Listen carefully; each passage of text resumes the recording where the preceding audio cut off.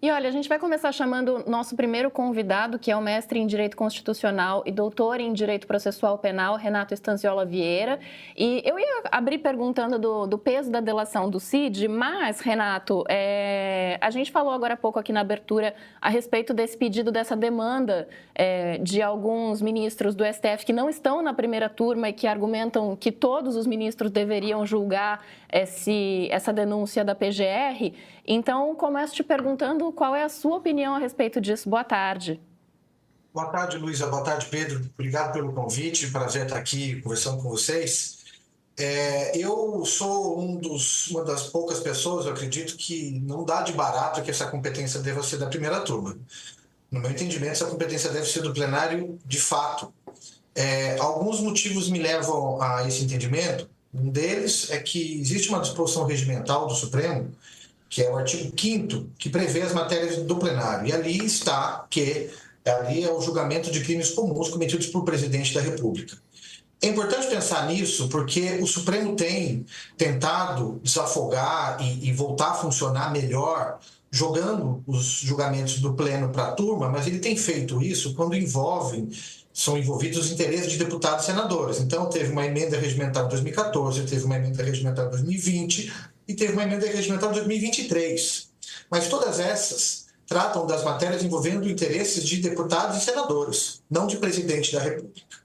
Então, esse um ponto para mim que é muito importante. Agora, além disso, dessa questão regimental, existe um outro aspecto que também está no regimento do Supremo e que esse jamais foi objeto de qualquer modificação, que é a previsão de que, a depender da complexidade jurídica da matéria, o relator do caso, em qualquer uma das turmas, remeta a questão para o pleno.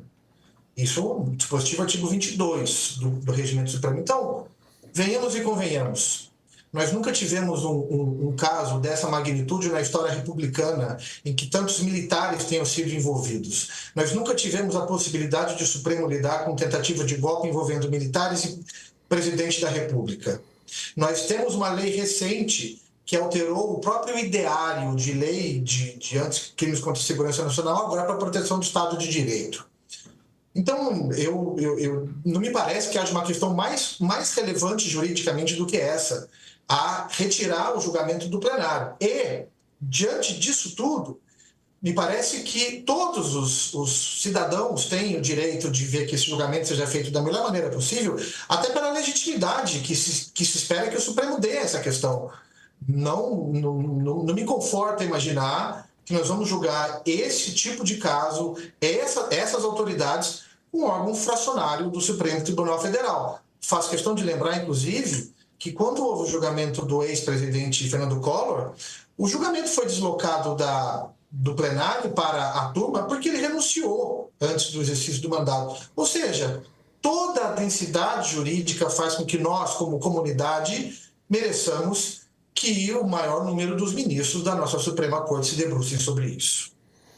Professor, deixa eu então continuar nessa linha aí. Vamos mergulhar nas questões espinhosas que tem nesse caso. É um ex-presidente da República, são 2 ex-ministros da Defesa, é um ex-comandante do Exército. Esse troço é gigante. E a gente está falando de um dos maus fundadores da República Brasileira, do golpismo militar. A história é vasta, começa em 1889 e não para. Quando a gente achou que tinha parado, a gente viu que a serpente botou a cabeça para fora da toca de novo. Está lá, faz parte da nossa cultura e, como você mesmo disse, a gente jamais julgou. Houve, em 1922, uma coisa ali com alguns dos tenentes de Copacabana, com o Marechal Hermes. Não houve julgamento de fato, o Hermes foi preso por ordem do presidente da República e os tenentes foram julgados de forma apressada e tiveram uma anistia em 6 meses. Quer dizer, a gente nunca fez isso que a gente que estamos pretendendo fazer. O Supremo Tribunal Federal fazer o julgamento de um golpe de Estado que tudo indica de fato foi planejado e foi posto em marcha. O relator, o ministro Alexandre de Moraes. Alexandre de Moraes tem uma questão que são os 2 inquéritos abertos durante o governo Bolsonaro, talvez por razões compreensíveis, mas que são inquéritos muito esquisitos no nosso ordenamento jurídico, porque ele é tanto promotor quanto juiz simultaneamente, não tem encaixe. E parte daquilo que foi levantado durante esses 2 inquéritos está dentro desse processo que a gente vai julgar. Além disso, existe uma animosidade aberta entre o ministro Alexandre de Moraes e o ex-presidente Jair Bolsonaro. Além disso, o ministro Alexandre de Moraes é uma das vítimas. Parte desse processo envolvia o planejamento da prisão e possivelmente do assassinato do ministro Alexandre de Moraes. Uma quantidade muito grande de pessoas argumenta que tudo isso faz com que o ministro não deveria ser o relator desse caso, que ele deveria se escusar. Eu ouço com muita frequência um contra-argumento que a mim convence, principalmente no que tange a questão de ele ser vítima, que aí isso quer dizer que num golpe futuro os golpistas podem escolher quem que vai ser o ministro relator. Basta botar no planejamento que eles pretendem assassinar os ministros que não interessam a eles e pronto, está garantido. Tem um paradoxo aí.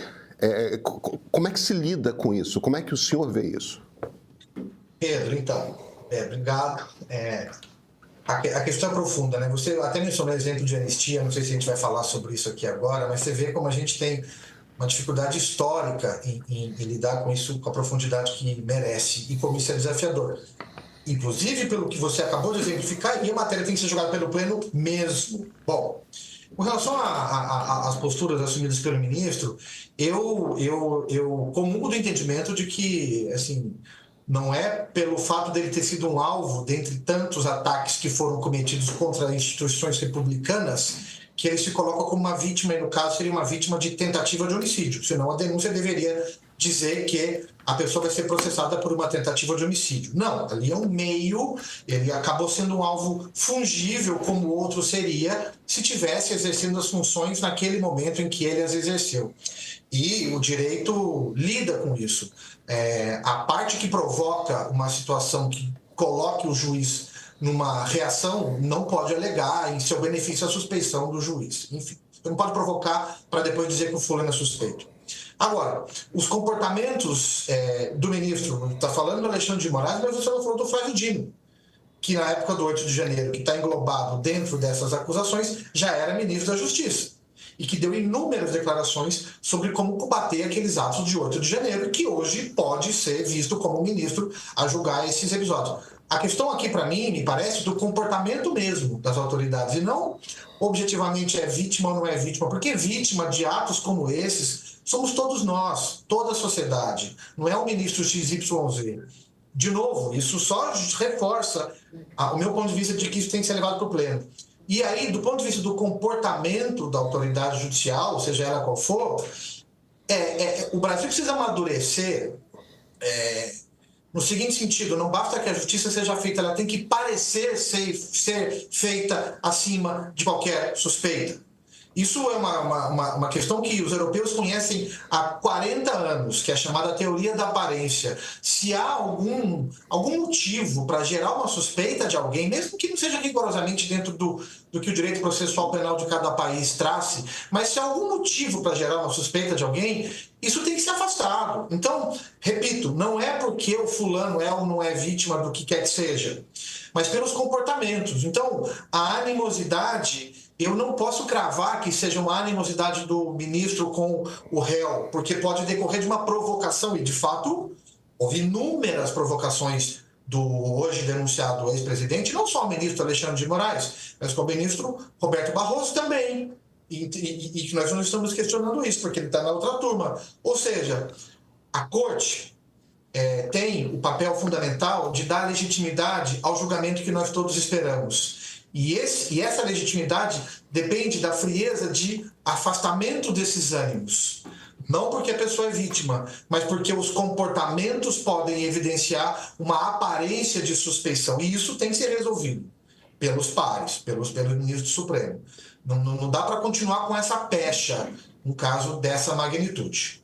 Existe algum tipo de instrumento para que a relatoria a essa altura, seja passada para outro ministro? Sempre existem. Houve, nos casos que foram julgados até agora, dos outros personagens do 8 de janeiro, Pedro, houve mais de 170 incidentes de suspeição, que foram julgados todos eles monocraticamente, dizendo que não eram cabíveis porque não havia circunstância objetiva que indicasse a perda da imparcialidade de determinado julgador.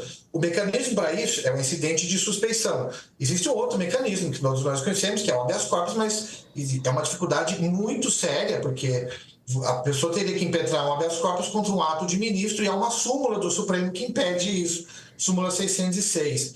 Então, eu diria, a Corte tem um dever cívico de dizer por que os seus integrantes julgam com serenidade. Nós devemos esperar isso da Suprema Corte Brasileira, essa postura de serenidade. É isso que nós devemos aguardar, para que não manche esse julgamento. E se esse julgamento tão importante, pelo que historicamente ele significa para o Brasil, for manchado, nós, primeiro, teremos um problema de convencionalidade, porque poderá ser acessada a Corte Interamericana de Direitos Humanos questionando o resultado aqui, mas nós teremos um problema que eu tenho certeza absoluta que ninguém quer, que é de uma má solução jurídica para uma questão objetiva, gerarmos um torvelinho político que interessa a algumas pessoas, a algum setor interessa.